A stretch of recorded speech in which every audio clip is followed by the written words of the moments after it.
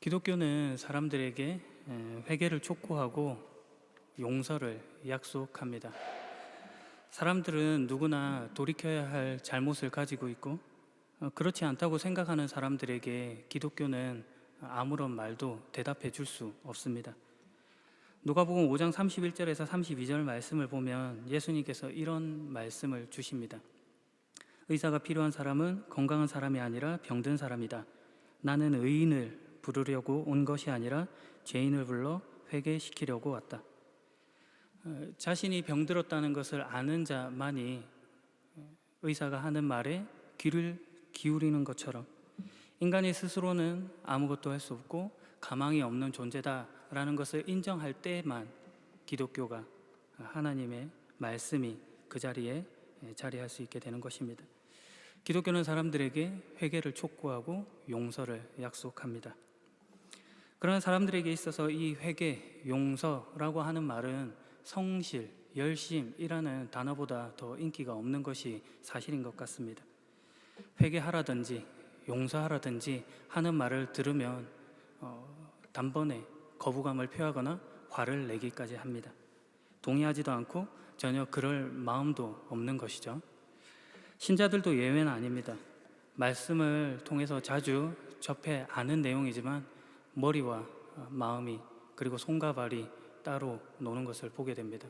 그만큼 적용하기 쉽지 않은 현실인 것입니다. 그런 면에서 오늘 본문은 우리에게 좋은 가르침을 주고 있습니다. 어떻게 하면 하나님께서 우리에게 주시는 그 깊은 뜻을 녹여낼 수 있는 것인지에 대한 지침을 준다 하겠습니다. 오늘 본문의 말씀을 이렇게 시작하고 있습니다. 그때 베드로가 예수님께 와서 물었습니다. 주님, 형제가 제게 죄를 지으면 몇 번이나 용서해 줘야 합니까? 7번까지입니까?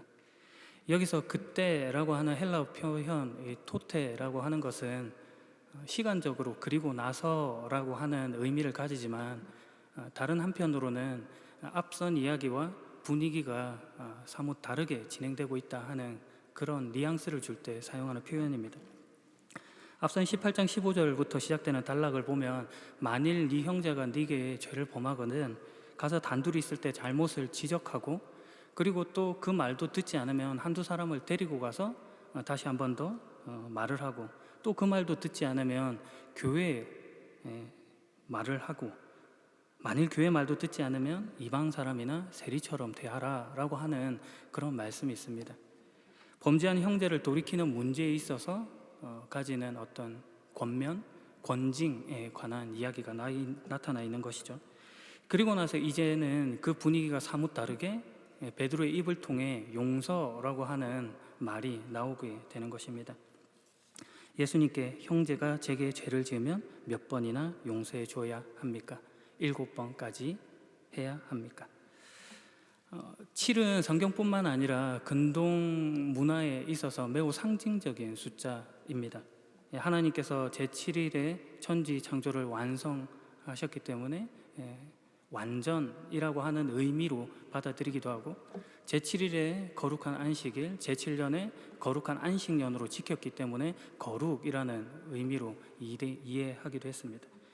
레위기 16장 11절 이하를 보면 속죄일에 피를 7번 뿌리는 그런 예식이 있음을 알 수 있습니다. 그러니까 죄용서의 상징적 의미로서 이 7, 7이라고 하는 숫자가 말해지고 있는 것이죠. 베드로가 이런 배경 속에서 7번입니까? 라고 하는 그런 말을 지금 하고 있는 것입니다. 한편으로는 당시 랍비들의 가르침에 자기 자신에게 잘못을 하고 죄를 짓는 사람에게는 3번 정도 용서해 주는 것을 대단한 관용으로 평가하기도 했습니다. 그러니까 지금 베드로는 3번의 갑절을 하고 거기다가 하나를 더하여서 7을 말함으로 상당히 괜찮은 사람, 대단한 사람으로 지금 말하고 있는 것입니다. 7번까지 용서해 주면 되겠습니까? 라고 하는 그런 당당한 말이 숨어 있는 것이죠. 그런데 예수님의 대답이 매우 당황스럽습니다. 베드로야, 너 참 대단하다. 3번뿐만 아니라 7번까지 참 좋은 말을 했구나. 이렇게 말씀하실 법도 한데 전혀 그렇지 않은 겁니다. 7번까지가 아니라 7번씩 70번까지도 용서해 주어야 한다. 7 곱하기 70, 490번 용서해 줘라. 이런 의미가 아닙니다. 완전수를 2번 겹쳐서 하나님께서 우리에게 요구하시는 완전한 용서라고 하는 것이 무엇인지를 가르쳐 주시는 것입니다. 다르게 말하면 내가 생각하는 어떤 기준에서의 완전, 그런 것들을 깨부수고 계신 것이죠. 7번, 490번 그것을 이제 넘어서서 그걸 기준으로 했다면 8번, 그리고 491번째가 되면 용서 안 해도 되는가 하는 그런 말씀과는 전혀 다른 것이죠. 이 정도면 되었지요 하는 한계를 정하는 것에서 그것을 넘어서게 하시는 하나님의 말씀인 것입니다. 대단한 사람인 것처럼 자부하려고 하는 그 치장됨을 깨부숩니다. 그래서 23절에 이어지는 이야기가 그 하나님의 용서에 관한 참된 의미의 비유가 전달되고 있는 것입니다. 23절 이하에는 1만 달란트 빚진 자의 이야기가 나타나 있습니다. 왕이 셈을 시작할 때 1만 달란트 빚진 종이 불려왔습니다. 여기서 종이라고 하는 표현은 왕에게 예속이 되어서 왕의 이익을 위해 일하는 자를 가리킵니다. 쉽게 설명하면 신하라고 볼 수도 있겠죠. 그런 그가 왕에게 1만 달란트를 빚진 것입니다. 달란트는 성경에서 가장 가치가 있는 어떤 무거운 그런 단위를 설명할 때 아니면은 화폐 단위로 주로 사용되는 그런 용어입니다. 그러니까 1만 달란트, 그러니까 한 달란트를 보게 되면 6천 데나리온과 맞먹는 그런 아주 큰 액수입니다. 한 데나리온이 하루 성인 남성의 하루 품삯인 것을 생각을 해본다면 매우 큰 돈인 것이죠. 그러니까 1만 달란트면 하루 동안 6천만 명의 성인이 일을 해야지 얻을 수 있는 그런 액수인 것입니다. 한 개인으로 보자면 그가 1년에 300일 정도 일한다고 보면 20만 년 정도 일해야지 벌 수 있는 그런 돈이 되는 것입니다. 주전 202년에 로마와 카르타고 사이에 전쟁이 있었는데 제2차 포에니 전쟁에서 카르타고의 한니발이 패배를 하여서 로마가 카르타고에 이제 전쟁 보상금 같은 것을 요구하게 됩니다. 50년 동안 은으로만 1만 달란트를 이렇게 받게 했는데 한 나라가 그것을 갚아 나가기에도 매우 무거웠던 그 정도의 액수였던 것이죠.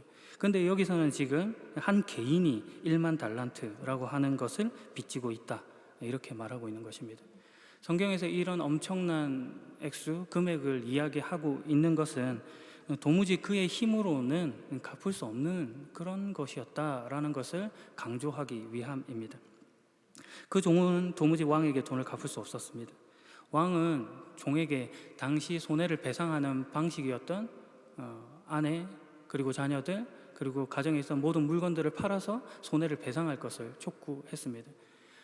이런 표현들은 한 개인이 갚을 수 없는 것을 부각시키고 또 다른 한편으로 다른 사람의 도움을 받아서 해결할 수밖에 없는 처지에 있었다라는 것을 드러내주는 것입니다. 그럼에도 불구하고 그는 할 수 없었다가 말해지고 있는 것이죠. 종은 주인의 무릎 아래 엎드려서 빌었습니다. 기다려 주십시오. 제가 모든 것을 갚겠습니다. 도대체 어떤 방법으로 갚겠다고 하는 겁니까?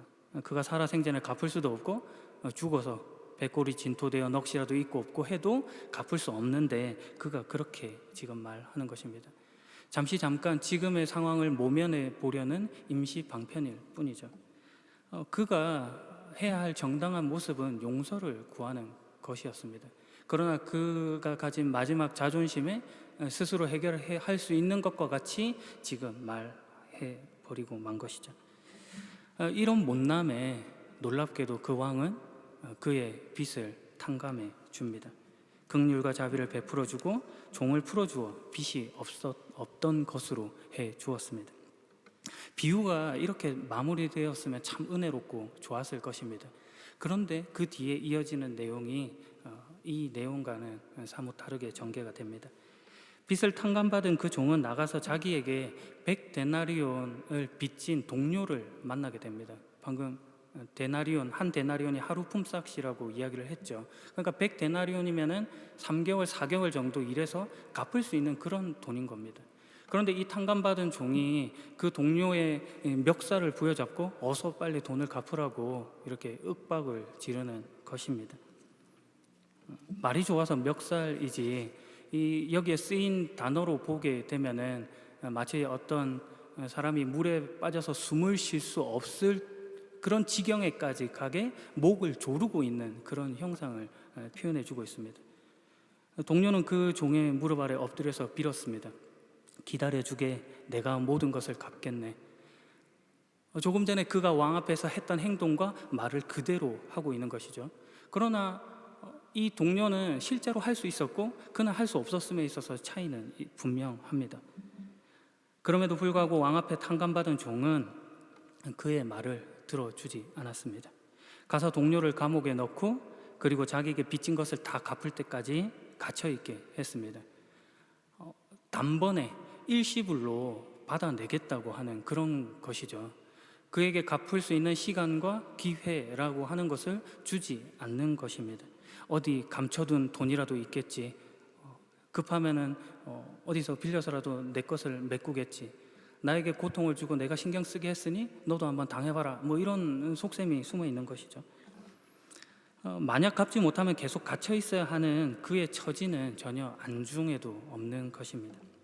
은혜를 입은 자가 도무지 할 만하지 않은 잔인한 행동을 보였습니다. 이 광경이 오죽 심했으면 그것을 보고 있던 다른 동료들이 왕에게 가서 그 있었던 일을 이야기합니다. 그래서 왕이 그 종을 불러서 이렇게 이야기하죠. 이 악한 종아, 네가 나에게 빌기에 내가 네 모든 빚을 없던 것으로 해주었다. 내가 네게 자비를 베풀었던 것처럼 너도 네 동료에게 자비를 베풀어야 하지 않느냐. 그 주인은 매우 화가 나서 그 종을 감옥에 넣고 자기에게 빚진 것을 갚을 때까지 감옥에 있게 했습니다. 조금 전에 이 탕감받은 자가 그 동료에게 했던 그대로의 상황을 경험하게 하는 것이죠. 동일한 처지에 놓이게 됨으로 그가 깨달아야 할 바가 무엇인지를 왕이 보이는 것입니다. 1만 달란트의 비유가 이렇게 끝을 맺습니다. 지금 이 비유는 베드로가 예수님께 주님, 형제가 제게 죄를 범하면 몇 번까지 용서해 주어야 합니까? 라는 물음에 대한 답으로 주어진 것입니다. 예수님께서 그 답으로 이 비유를 말씀하시고 35절에 이와 같이 너희가 형제를 마음으로부터 용서하지 않는다면 하늘에 계신 내 아버지께서도 너희에게 이같이 하실 것이다 라는 말씀으로 비유를 마무리하십니다. 마음으로부터 형제를 용서하는 것, 그것이 중요한 것이죠. 그런데 한 가지 짚고 넘어가고 싶은 부분이 있습니다. 그것은 우리가 지나치게 방금 읽었던 이 구절을 너무 문자적으로 해석을 한다는 것입니다. 우리가 형제를 용서하지 않으면 하나님의 용서를 받을 수 없다고까지 생각을 하는 것입니다. 전혀 그런 맥락의 말씀은 아닙니다. 만약 하나님의 용서가 우리의 용서를 조건으로 한다면 그것을 하나님의 용서라고 할 수 있는가라고 하는 물음에 부딪히게 되기 때문입니다. 앞서 살핀 바와 같이 이 비유의 핵심은 빚진 자가 도무지 갚을 능력이 되지 않는 엄청난 빚을 탕감을 받았다 하는 사실에 지금 초점이 모아져 있는 것입니다. 왕으로 비유된 하나님 앞에 도무지 용서받을 수 없는 죄인이 죄 용서를 받았다라고 하는 그 사실을 지금 설명해 주고 있는 그런 구절인 것이죠. 하나님의 긍휼과 자비, 사랑과 용서라고 하는 것이 너희가 가진 것과는 얼마나 다른 차원의 것인가 라고 하는 것을 오늘 비유를 통해 말씀해 주고 있는 것과 같습니다. 그러니 베드로가 7번까지면 되겠습니까? 하는 말에 7번이 아니라 7번씩, 70번씩이라도 이렇게 해야 한다, 그런 차원으로 말씀하고 있는 것이죠. 서두에 보면 우리가 언급했던 바와 같이 오늘 본문에 그때라고 하는, 그리고 나서라고 하는 그런 시간적 표현과 연속되어서 다른 분위기로서의 전환이 일어난다고 했었습니다. 범죄하는 형제를 돌이키는 문제에서 권징, 이런 것과 다른 분위기로 용서가 말해졌다고 했죠. 그러나 분위기가 다르다고 해서 지금 성경에서 일관되게 말하고자 하는 바가 달라진 것은 아닙니다. 핵심된 내용은 동일한 것이죠. 오늘 본문 23절을 보게 되면 그러므로 하늘나라는 자기 종들과 샘을 가리려는 왕에 빗댈 수 있다라고 표현하고 있습니다. 그러니까 오늘 본문의 이 비유의 이야기들은 모두 다 하나님의 나라, 천국, 하나님에 관한 이야기로 모아지고 있는 것이죠. 이것은 앞선 그 단락들 그리고 18장 1절만 보아도 같이 연속됨을 이해할 수 있습니다. 그때 제자들이 와서 예수님께 물었습니다. 하늘나라에서는 누가 가장 높은 사람입니까? 하늘나라에 대한 이야기들이 지금 계속해서 이어져 가고 있는 것이죠.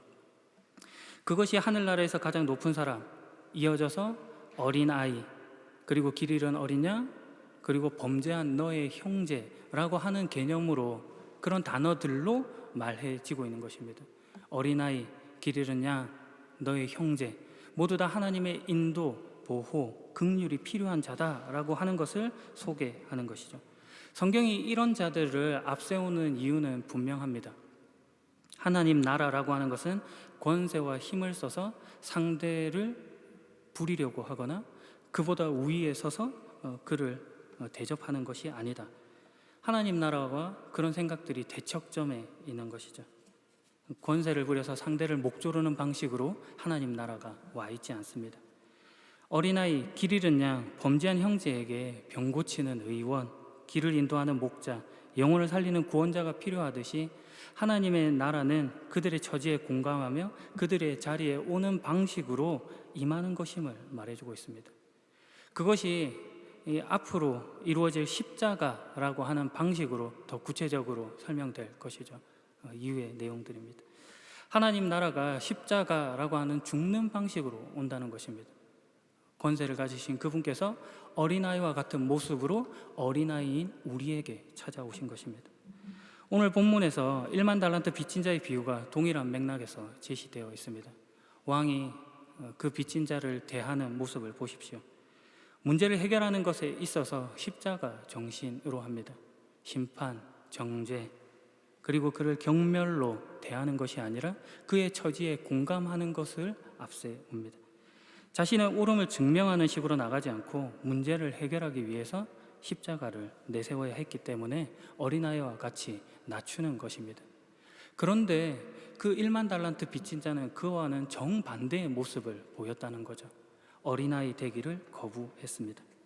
자신의 정당함을 주장하고 상대의 형편과 처지에 공감하지 못한 것입니다. 성경은 이것을 단순히 그의 공감 능력이 부족했다 이렇게 평가하는 것이 아니라 그가 어떤 정체성을 가지고 있는지를 놓치고 있었다라고 하는 것을 구중하고 있습니다. 그리스도 앞에서 자신이 누구이며 어떤 자격과 신분을 가지고 있는지를 나무라고 있는 것이죠. 그는 자신에게 용서를 구하는 자의 부탁을 거절함으로써 그보다 우위에 서고 그리고 포기할 수 없는 그 힘에 매료되었습니다. 그는 용서하지 않음으로써 자신은 선하고 상대는 악하다라고 하는 것으로 판결 내리고 자기가 가진 책임을 전가시키는 것으로 모면하려고 했습니다. 그는 증오의 대상을 만들어서 그것이 자신에게 어떤 동기가 되고 불꽃이 되어서 생의 활력을 찾아가는 것으로 이용하고 있었던 것입니다. 그러나 이 모든 것들은 하나님께서 요구하시고 바라시는 완전한 용서와는 다른 하나님 나라의 백성이라고 하는 정체성과는 다른 모습의 것이다 라고 하는 것을 지적하고 있는 것이죠. 용서받은 자로 용서할 수 있는 특권을 가진 자라고 하는 것을 망각한 것입니다. 이 비유가 이 사실을 부각시킵니다. 도무지 자기 힘으로 해결할 수 없고 또 다른 사람의 도움으로도 해결할 수 없는 것, 그런 처지에 있는 것, 그것이 바로 우리 모두이다 라고 하는 것이죠. 오직 왕이신 하나님의 긍휼과 자비, 사랑과 은혜가 필요한 존재이다 라고 하는 것을 오늘 비유가 말해줍니다. 하나님께서 이런 허황되고 임기응변뿐인 우리를 돌아보시고 우리의 허물을 감싸 주셨습니다. 감추어 주신 것이죠. 마치 아담과 하와가 범죄했을 때 가죽옷을 만들어 지어 입히심으로 그들의 범죄를 감추신 것, 고치신 것과 같습니다. 스스로의 힘으로 한 것이 아니라 하나님의 도움으로 치유하시는 것입니다. 그러므로 우리가 여기서 자만이나 교만을 부릴 필요는 없습니다. 그러니까 내 실력은 돌아보지 않고 단순하게 될 것이다 라고 하는 태도로 나갈 수는 없다는 것이죠. 옥중서간의 보네폰 목사님은 고칠 수 없는 것은 감추고 있을 수밖에 없다라고 적어둔 글귀가 있습니다. 감추시는 분이 하나님이신 거죠. 깨끗한 집과 더러운 집의 차이는 쓰레기가 쓰레기통에 놓여져 있느냐 아니면 거실에 널브러져 있느냐의 차이입니다. 깨끗한 사람은 손수건을 들고 다니다가 코가 나올 때 닦는 사람입니다. 그러니까 코가 안 나온다든지 쓰레기를 안 만든다든지 하는 것이 아니라 그렇게 되었을 때 그것을 어떻게 처리하는가를 따라 깨끗함이 말해질 수 있는 것이죠. 하나님께서 그것을 처리하실 수 있는 분이다 라고 하는 고백이 우리 가운데 있어야 하는 것입니다. 오늘 본문에서 용서는 하나님을 경험하는 자, 하나님 나라를 맛본 자의 당연한 모습으로 설명됩니다. 그러니까 꿀을 조금 맛본 자가 꿀단지를 탐하는 것과 같은 것이죠. 하나님 나라는 아직 다 오지 않았지만 이미 이 땅 가운데 도래해 있습니다. 이 땅에 임한 하나님의 나라를 경험하지 못한 자가 앞으로 다가올 완성된 하나님의 나라를 온전히 경험한다는 것은 말이 안 되는 소리입니다. 마찬가지죠. 용서를 할 수 있다는 것은 용서를 받은 자가 할 수 있는 당연한 모습인 것입니다. 좋은 나무가 좋은 열매를 맺게 되는 것입니다. 우리가 예수 그리스도와 접붙임 자로 있는 것이죠. 그러니 거기에서 출발하는 것입니다. 내가 아니라 하나님께서 시작하신 일로 말입니다. 하나님이 우리에게 요구한 용서는 낮은 수준의 것이 아닙니다. 한 인간이 추구해야 할 아주 높은 차원의 것입니다. 그러니 그것이 쉽게 된다거나 어떤 단기간에 된다거나 그런 것은 없는 것이죠. 우리가 그 수준에 이르기까지 많은 어려움을 겪고 시간을 가지고 과정을 겪을 것입니다. 그 가운데서 인정하는 법을 배우게도 될 것입니다. 내 힘으로는 안 되는구나. 내가 할 수 있는 일이 없구나. 그 고백에서 출발하여 하나님을 의지하고 주님의 긍휼을 구하는 것입니다. 마지막 이야기로 설교를 마무리할까 합니다. 오늘 본문의 시작인 베드로의 질문에서 용서하여 용서해 주어야 합니까? 라고 하는 이 표현의 단어 에페소라고 하는 말은 원형이 아피에미입니다. 무엇으로부터라는 아포 그리고 보내다라고 하는 히에미가 합쳐진 말입니다. 그러니까 보내버리다 이런 뜻인데 성경에서 다양한 용례로 쓰이고 있습니다. 고린도전서 7장 11절에 보면 아내와 인연을 끊을 때 이혼하다 이런 단어로 쓰이기도 하고 이 마태복음에서는 27장 50절에 예수님께서 숨을 거두실 때 죽는다 하는 그런 표현으로 쓰이기도 했고 오늘 본문에서는 지금 베드로의 질문 말고도 32절에 네 모든 빚을 없던 것으로 해주었다 그러니까 탕감하다 이 말에 사용된 단어입니다. 그러니까 지금 용서라고 하는 말이 원래의 상태에서 종합해보면요 완전히 떠나 다른 상태로 접어든 것 그런 것들을 말하고 있다는 것이죠. 우리는 하나님으로부터 용서를 받은 자입니다. 예전 상태에서 떠나 새로운 상태로 접어든 자인 것입니다. 그러니 우리는 용서를 담은 자이고 용서를 말할 수 있는 자가 된 것입니다. 오늘 이 시간 우리가 이 용서라고 하는 말을 단순히 도덕적인 명령으로 들을 것이 아니라 하나님 나라의 은혜로 맛보고 그것을 누리는 것으로 경험하는 그런 존재가 되어야 할 것입니다. 그런 복된 신자 되길 예수 그리스도 이름으로 축복합니다. 기도하겠습니다. 우리를 용서하신 하나님, 예수 그리스도를 십자가에 주심으로 우리를 향한 당신의 용서와 사랑을 깨닫게 하심에 감사드립니다. 주님을 경험하며 그 은혜를 맛보며 살겠습니다. 주신 용서를 흘려보내는 자로 있겠습니다. 주여 자비를 베풀어 주옵소서. 예수 그리스도 이름으로 기도합니다. 아멘.